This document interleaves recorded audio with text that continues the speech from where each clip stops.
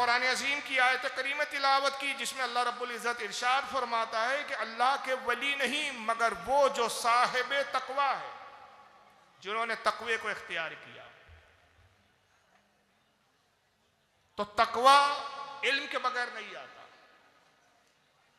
और इल्म के साथ तकवा ना हो तो वह इल्म फायदा नहीं देता। हुजूर मुफ्ती साहब की ज़ात गिरामी इन दोनों चीजों का मजमुआ थी कि इल्म भी था और इल्म के साथ अमल और तकवा भी था।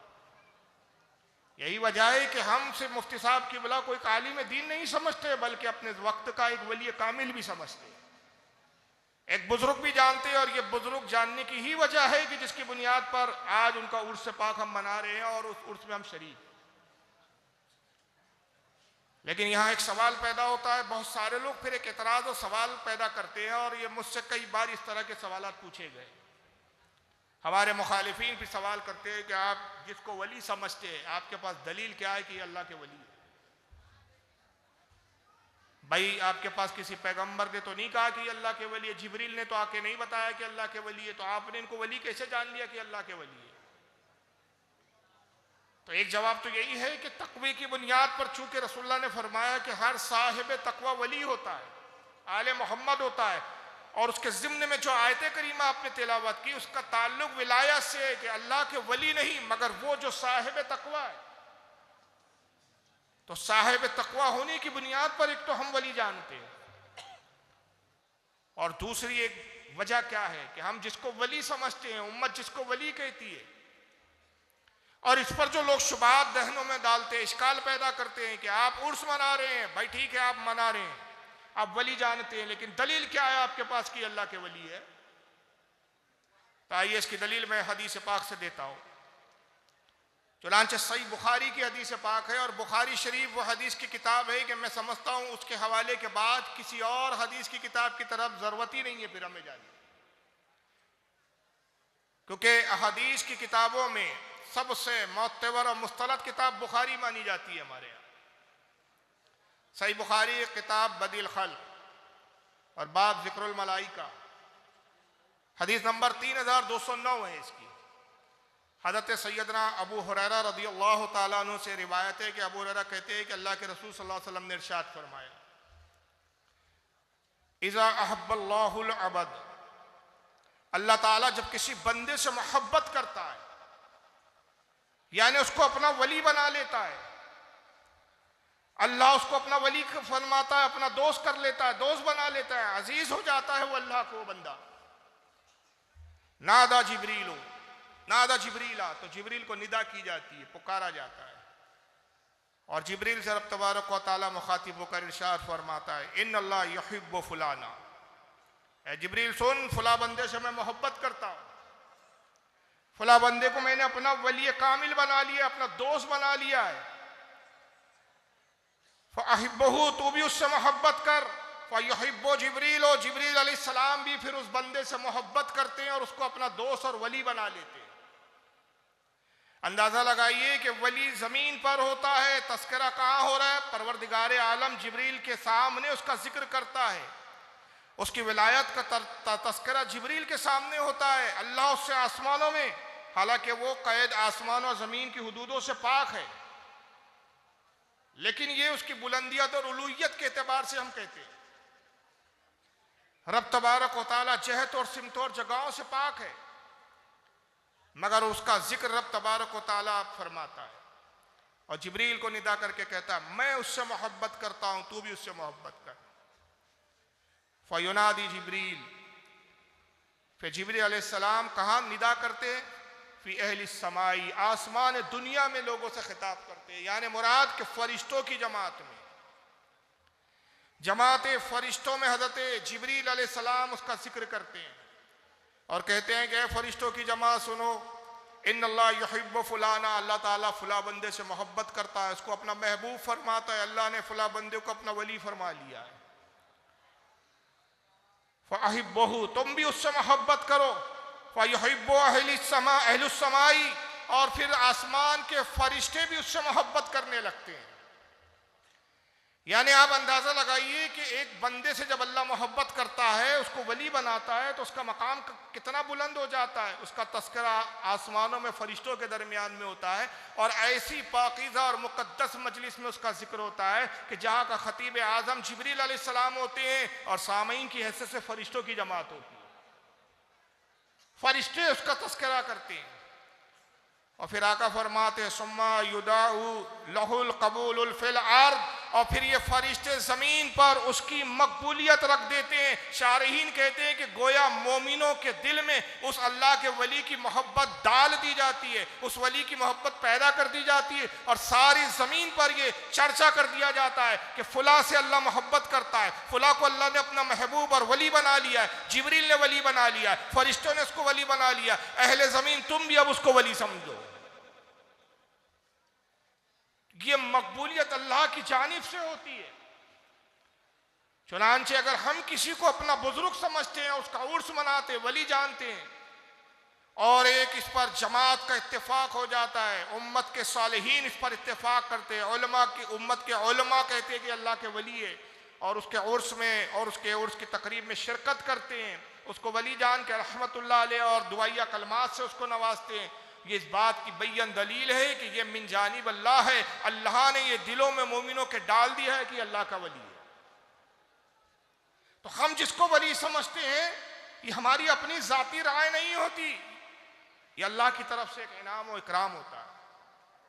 तो अगर आज हुजूर मुफ्ती साहब का हम उर्स मना रहे हैं, उनको हम वली जानते हैं, वली समझते हैं, तो ये सिर्फ हमने अपने हुस्न एतकाद की बुनियाद पर उनको वली नहीं जान लिया है, ये हमारा दिल में आया कि भाई इनको वली कहना शुरू कर दो, ऐसा नहीं है। ये अल्लाह की तरफ से है। ये इतनी कसीर तादाद में आपका जमा होना और हज़रत मुफ्ती साहब के उर्स में जमा होकर उनको वली समझना, उनके फ्यूज़ और बरक़ात की उम्मीद करना, अल्लाह की बारगाह में उनके वसीलों से दुआ करना, इस बात की दलील है कि अल्लाह ताला ने, आप मुसलमान मोमिन है, आपके दिलों में खुद ब खुद पैदा कर दिया गया, डाल दिया गया है कि मुफ्ती अब्दुल हलीम साहब क़िबला अलैह रहमत व रिज़वान ये हमारे वली हो चुके, हमारे दोस्त हो चुके, हमने इनको अपना दोस्त बना लिया। लेकिन फिर एक दूसरा सवाल यहां पैदा होता है कि ठीक है अल्लाह के वली है, बहुत सारे औलिया भी है दुनिया में और क़यामत तक औलिया आते रहेंगे, मगर ये क्या बात है कि आप जिसको वली बनाते हैं, वली समझते हैं, उसका उर्स बनाना शुरू कर देते हैं। उसके विसाल की तारीख में आप फिर एक तकरीब करते, जमा होते, उस तारीख का बड़ा एहतमाम करते हैं। आखिर इसकी दलील क्या है आपके पास? या आपने उर्स की तकरीब लाई कहां से? और कुछ लोग फिर बड़े बढ़ चढ़कर इसमें थोड़ा सा एडिशनल बात बढ़ा देते हैं, कहते हैं कि भाई सऊदीया में तो किसी का उर्स होता नहीं है, ये सारी तकारीब जो है, ये सारी रसूमात जो है, ये हिंदुस्तान में ही हमको नज़र आते हैं, पाकिस्तान में ही नज़र आते हैं, बांग्लादेश, श्रीलंका, ये एशिया में ये चीज़ें नज़र आती है, अरब दुनिया में तो हमें नज़र नहीं आते। याद रखिए कि सऊदीया की जो इस वक्त मौजूदा हुकूमत है वो हमारे अकीदे के मुखालिफ है, वरना औलिया के औरास, बुजुर्गान दीन के उर्स अरब के कई ममालिकों में होते हैं। अगर आप मिस्र चले जाएं तो वहाँ आज भी औलिया इकराम और बुजुर्गान दीन के उर्स की तकारीबें होती है। आप तुर्की चले जाएं और दीगर अरब के मुल्कों में चले जाएं, आप इराक चले जाएं, तो आप देखोगे कि वहाँ औलिया इकराम के उर्स मनाए जाते हैं। आज सऊदीया का तो मामला कुछ अलग है, लेकिन बहरहाल इसकी दलील क्या है? तो इसके दलील के लिए तो एक बड़ी लंबी चौड़ी तकरीर की जा सकती है, उतना वक्त नहीं है और ज़्यादा वक्त मैं लूँगा नहीं, क्योंकि मेरे बाद भी बहुत सारे ख़तीबों को आपको समाअत फरमाना है। मैं कुछ इस्लामी तारीख़ के हवाले से आपके सामने उर्स की दलाइल आपके सामने रखना चाहता हूँ कि उर्स मनाना और उर्स के दिन फिर जमा होना और उस साहिब मज़ार के लिए दुआ करना और उनके तुफ़ैल, उनके वसीले से अपने लिए दुआ करना, ये हमने कहाँ से लिया है? ये अखज़ कहाँ से किया गया है? याद रखिए तारीख़ उर्स उतनी ही कदीम है जितनी तारीख़ इंसानों की तारीख़ है। यह हज़रत आदम की तारीख़ है। आप ज़रा तारीख़ के औराक को पलटे और देखिए, उस वक्त मैं आपको ले जाना चाहता हूँ कि जब हज़रत आदम की तख्लीक हुई, साथ में हज़रत हव्वा की भी तख्लीक हुई, दोनों जन्नत में पैदा किए गए। और रब तबारक व तआला ने ताकीद फरमाई जन्नत की हर नेमतों का इस्तेमाल करना, हर नेमत से इस्तेफादा करना, फ़ायदा उठाना, मगर एक दरख्त है, मुफस्सिरीन कहते हैं वो गंदुम और गेहूं का दरख्त था, उस दरख्त के करीब ना जाना। ये वाक़यात आपने 12 सुने। मैं सिर्फ एक नतीजा आपके सामने रखना चाहता हूँ, वाक़यात की तफसील की तरफ जाना मेरा मकसूद नहीं है। रब ने फरमाया कि दरख्त के करीब ना जाना, वला तक़रबा हाज़िही शजरता फ़तकूना मिनज़ ज़ालिमीन। ऐ आदम और हव्वा, इस दरख्त के करीब ना जाना वरना अपने आप पर जुल्म करने वालों में से हो जाओ। बहरहाल लर्जिश वाक़ई हुई, जो ना होना चाहिए था हुआ, लेकिन जो हुआ उसमें भी रब की हिकमत थी, क्योंकि खालिक कायनात ने पहले इरशाद फरमा दिया था कि खिलाफत का तो मैं जिम्मा ज़मीन पर दूंगा, मैंने ज़मीन पर खिलाफत दी है। इन्नी जाइलुन फिल अर्द खलीफा, मैं ज़मीन पर खलीफा पैदा करूंगा। तो हज़रत आदम का ज़मीन पर आना भी हिकमत इलाही के तहत था। बहरहाल गंदुम का दरख्त खा लिया दोनों ने, और हज़रत आदम और हव्वा को ज़मीन पर उतार दिया गया, जन्नत से निकाला गया। जन्नत से तशरीफ लाए, लेकिन दोनों एक साथ एक जगह नहीं उतरे, बल्कि शारीहीन कहते हैं कि हज़रत आदम को जिस जगह उतारा गया या नाजिल हुए हज़रत आदम अलैहिस्सलाम, वो श्रीलंका का इलाका था, और हज़रत हव्वा जद्दा, जिसको अभी मौजूदा जिसका नाम जद्दा है, वहां पर उतारी जाती है। एक दूसरे को तलाश कर रहे हैं हज़रत आदम और हज़रत हव्वा। आप तसव्वुर कीजिए कि दो इंसान आपस में तलाश करे, कितना मुश्किल है। और ये उस वक्त तलाश हो रही है कि जब किसी से कोई पूछने वाला, कोई बताने वाला नहीं, जगहों के नाम नहीं मालूम, पूछे तो किससे पूछे, बताएं तो कौन बताएं, एक दूसरे को बस तलाश कर रहे हैं।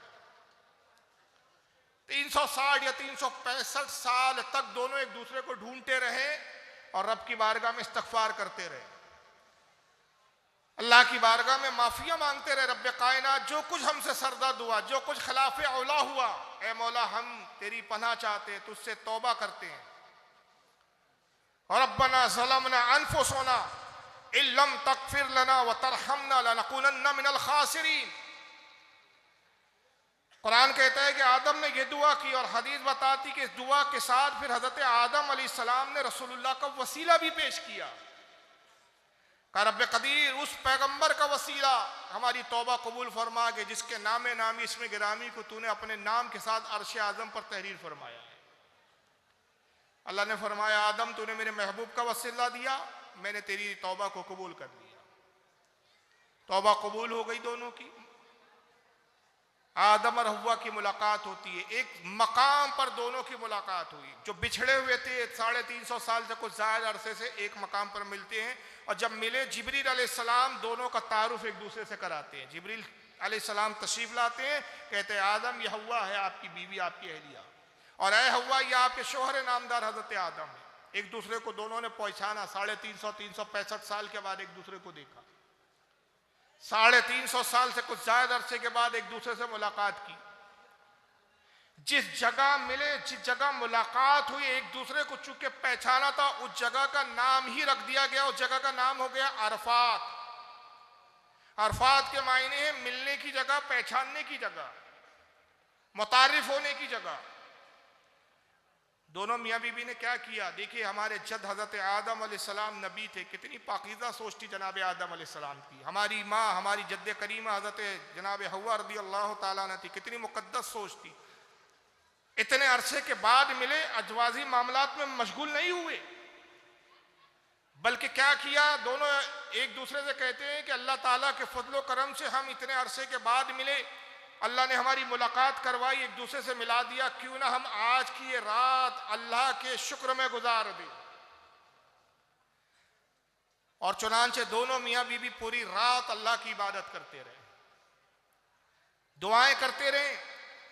अल्लाह ने उनकी हर दुआ को कबूल फरमाया। उस रात जो जो हज़रत आदम ने दुआ की, अल्लाह ने सारी दुआओं को कबूल किया। जो जो दुआ हज़रत हव्वा ने की, अल्लाह ने कबूल फरमाया।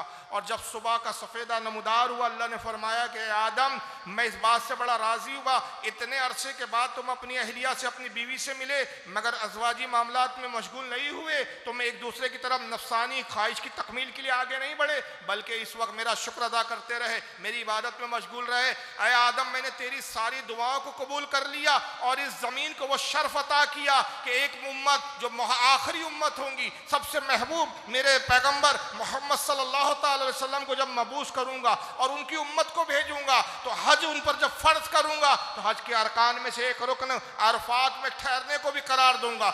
9 ज़िलहिज्जा की तारीख को जब तेरी औलादों में से जो कोई यहाँ क़याम करेगा और जो भी दुआएं मांगेगा मैं उसकी उन दुआओं को कबूल फरमा लूंगा। ये वही सुन्नत है हजरत आदम अलैहिस्सलाम की कि हाजी 9 ज़िलहिज्जा को मैदान अरफात में ठहरता, रात का क़याम करता है और आका बशारत देते हैं कि तुम्हारे बाप आदम की दुआ अल्लाह ने इस मकाम पे कबूल की। ये जगह में, ये जब मकाम पर, ये अरफात के मैदान में वो रब ने तासीर रखी कि इस मकाम पर अगर तुम क़याम कर लो उस तारीख को, उस दिन को, उस वाक़े की याद को, और याद करके तुम अपने बाप आदम की तरह अल्लाह से जो भी जायज़ दुआएं करो वो दुआ तुम्हारी कबूल होंगी। सवाल ये पैदा होता है कि उस मकाम पे दुआ की कबूलियत का सबब क्या बना? ये दुआ, ये जगह में ये तासीर कैसे आई कि उस जगह पर क़याम करके जो दुआ मांगी जाए वो दुआ कबूल होती है? याद रखिए, दुआ अल्लाह ताला हर जगह से सुनता है और कबूल फरमाता है, लेकिन कुछ ऐसे मखसूस मकामात है जहां पर दुआ करने के बाद दुआ की मकबूलियत की गारंटी दी गई है। उन मकामात में एक मकाम अरफात है। वजह क्या है कि अरफात में दुआ कबूल हो रही है? वजह क्या है कि नबी पाक बशारत दे रहे? वजह क्या है कि हज का रुकन बना दिया गया? वजह क्या है? हाजी रुक रहा है, क़याम कर रहा है, वाक़े की ताज़ा याद को ताज़ा किया जा रहा है।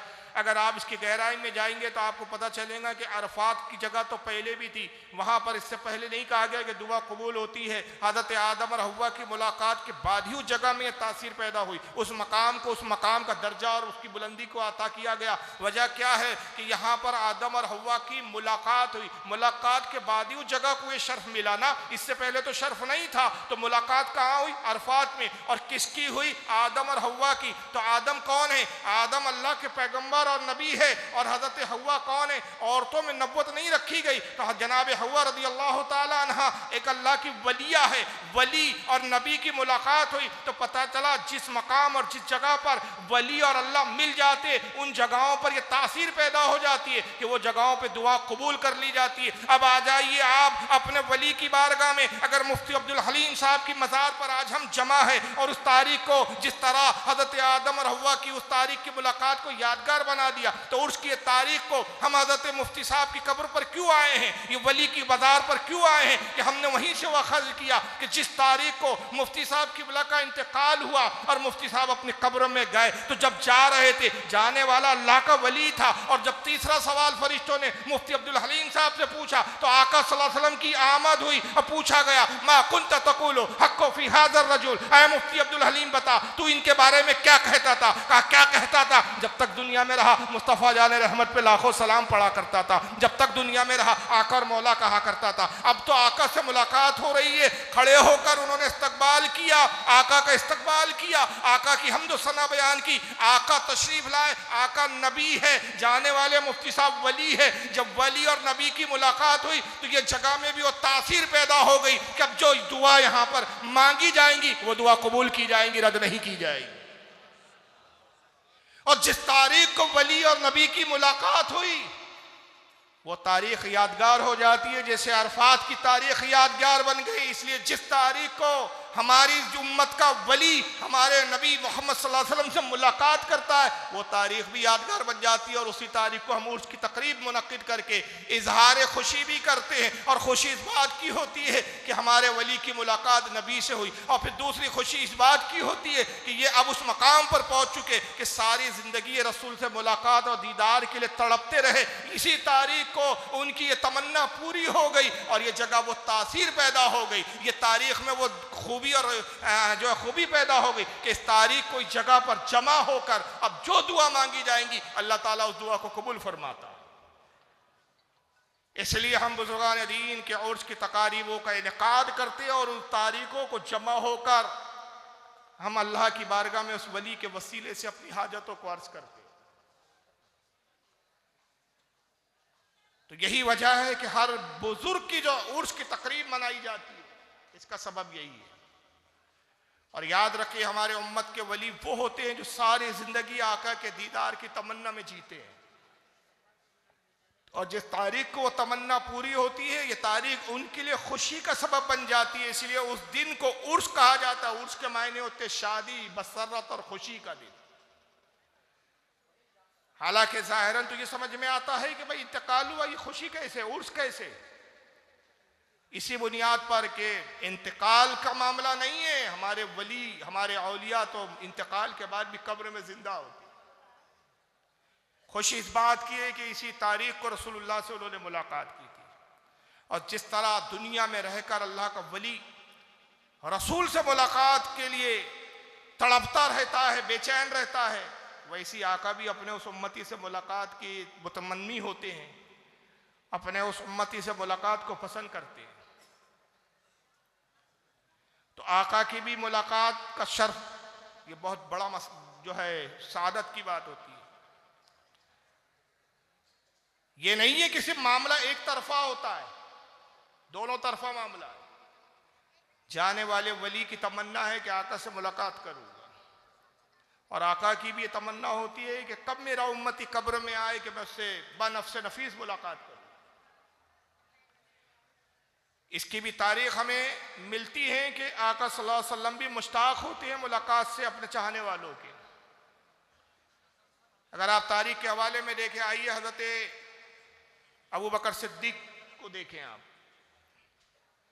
हजरत सैयदना अबू बकर सिद्दीक रदियल्लाहु ताला अन्हु के विसाल का वक्त करीब आया, और इसको बहुत सारे मुस्तलद उलमा ने लिखा है। जैसे इमाम इब्न असाकिर ने तारीख दमिश्क में इसको नकल किया है। ये जो मैं रिवायत बयान कर रहा हूं, इसको इमाम सियूती ने अल खसाइसुल कुबरा में नकल किया है। हजरत मखदूम अशरफ जहांगीर शिमनानी ने अपनी मलफूजात लताइफ अशरफी में इसको नकल किया है। हजरत शाह अब्दुल अजीज मुहद्दिस देलवी ने अपनी फतावे अजीजी में इसको नकल किया है। हजरत इमाम अब्दुल रहमान जामी ने नफातुल उन्स के अंदर इसको नकल किया है। बहुत सारे हवाले जात है कि जो लिखने वाले इसके इस रिवायत को मौजूद है, जिसमें तारीख दमिश्क एक मोतबर किताब है। हजरत सैयदना अबू बकर सिद्दीक रदियल्लाहु ताला अन्हु के जब विसाल का वक्त करीब आया, मौला अली को बुलवाया, काली को बुलाओ। इत्तला दी गई, हजरत अली रदियल्लाहु ताला अन्हु तशरीफ लाते हैं। या अमीरुल मोमिनीन, आपने याद फरमाया, काली मेरी वसीयत है। कहा हुजूर क्या वसीयत है? कहा वसीयत ये है कि मैं चाहता हूं कि जिन हाथों ने रसूलुल्लाह को गुस्ल दिया, क्योंकि हजरत अली ने रसूलुल्लाह को गुस्ल दिया था, कहा अली मैं चाहता हूं वही हाथ, यानी आप ही मुझे गुस्ल दें, वही खुशबू मेरे लिए इस्तेमाल करें जो खुशबू रसूलुल्लाह के लिए इस्तेमाल की गई थी। आप ही मेरी नमाज जनाजा पढ़ाए। और आए अली, मेरी सबसे बड़ी ख्वाहिश ये है कि मैं रसूलुल्लाह सल्लल्लाहु अलैहि वसल्लम के पहलू में दफन किया जाऊं, इसलिए कि जब से मैंने होश संभाला मैंने आका को कभी नहीं छोड़ा। ईमान लाने से पहले भी मैं आका के साथ रहा, ईमान लाने के बाद भी आका के साथ रहा, चाहे खलवत हो जलवत हो, कोई लम्हा मैंने आका को नहीं छोड़ा। इसलिए विसाल के बाद भी मैं चाहता हूं कि आका के साथ मैं रहूं और आका के साथ ही बरोज़े हश्र मुझे उठाया जाए। मेरी बड़ी तमन्ना है कि मैं पहलू रसूल में दफन किया जाऊं, लेकिन ये मेरी तमन्ना है, इसलिए मैं चाहता हूँ अली आप मेरी जानिब से जब मुझे गुस्ल दे चुको, कफन पहना चुको, मेरी नमाज जनाजा पढ़ना और मेरे जनाजे को रसूलुल्लाह सल्लल्लाहु अलैहि वसल्लम की बारगाह में हाजिर करना और सबसे पहले रसूलुल्लाह से इजाज़त तलब कर लेना। आका इजाजत दें तो दफन करना, अगर आका की इजाजत ना मिले तो फिर मुझे जन्नतुल बकी में जो मुसलमानों का आम कब्रिस्तान है वहां दफन कर देना। इससे जनाब अबू बकर सिद्दीक का यह भी अकीदा पता चला कि आज बहुत सारे लोग जो शुबात पैदा करते हैं कि भाई तुम साहिब कब्र को, मरने वाले को जो है जिंदा समझते हो, तुम नबी को जिंदा कहते हो कि कब्रों में जिंदा है, तुम वलियों को कहते हो कि कब्रों में जिंदा है, देख रहे हैं सुन रहे हैं हाजतें भी पूरी कर रहे हैं, ये कहाँ दलील है? तो उनको अबू बकर सिद्दीक की बारगाह से अकीदा ले जाना चाहिए कि जनाब अबू बकर सिद्दीक जो तमाम सहाबा में सबसे अफजल तरीन सहाबी है, अफजलुन नास बादल अंबिया है, वो अपनी वसीयत में बता रहे आका से इजाजत लेना। गोया वो अकीदा दे रहे हैं कि मैं रसूलुल्लाह को हयात भी मानता हूँ, जिंदा भी मानता हूँ और जिंदगी भी ऐसी मानता हूँ कि आका सुनते भी हैं, देखते भी और इजाजत देने पे कुदरत भी रखते हैं। तो पहले इजाजत ले लेना, और अगर आका की मर्जी मुबारक ना हो, इजाजत ना मिले तो मुझे आम कब्रिस्तान में दफन यानी जन्नतुल बकी में दफन कर देना। रिवायत के अल्फाज है, हज़रत मौला अली खुद इस हदीस के रावी और कहते हैं कि मैंने वसीयत पर अमल किया, गुस्ल दिया गया, कफन पहनाया, नमाज जनाजा पढ़ाई और जनाजा उठा के रसूलुल्लाह के रोज़े के पास लाया गया। दरवाज़ा आका के रोज़े का बंद था। कहते मैंने अर्ज़ किया, फ़कुल तो या रसूलल्लाह हाज़ा अबू बकरी, अल्लाह के नबी अबू बकर है। मुस्ताज़िनुन, अल्लाह के नबी इजाज़त चाहते हैं, आपके बारगाह में आए हैं, तदफीन की इजाज़त चाहते। या रसूल अल्लाह, ये आपके रफ़ीक़ गार है, आपके अजीज़ तरीन महबूब सहाबी है, सरकार अगर इजाज़त हो तो हम दफन करें, इजाज़त ना हो तो हम ले जाएं। रावी बयान करता है कि हमने देखा फ़राअयतुल बाबा, हमने देखा कि फ़राअयतुल बाबा यतफ़्ताह, कि हमने देखा कि रोज़े रसूल का दरवाज़ा खुद ब खुद खुला, किसी खोलने वाले ने दरवाजा नहीं खोला, खुद ब खुद खुला। व समय तो काइलन यकूल, और हमने अपने कानों से सुना कि कब्र रसूल से ये आवाज आती है, उदखुलुल हबीबी इलल हबीब, हबीब को हबीब से मिला दो। सुभान अल्लाह, कि हबीब भी हबीब से मिलने का मुश्ताक है। फ़इन्नल हबीबी इला हबीबिल मुश्ताक, कि हबीब भी हबीब से मिलने का मुश्ताक है, मुतमन्नी है, तमन्ना करता है।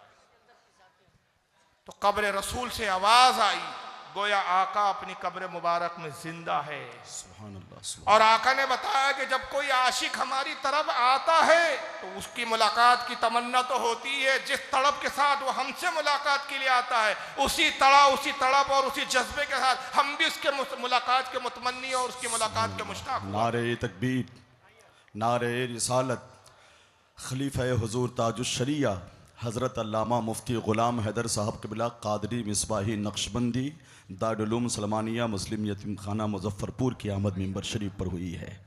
सुभान अल्लाह।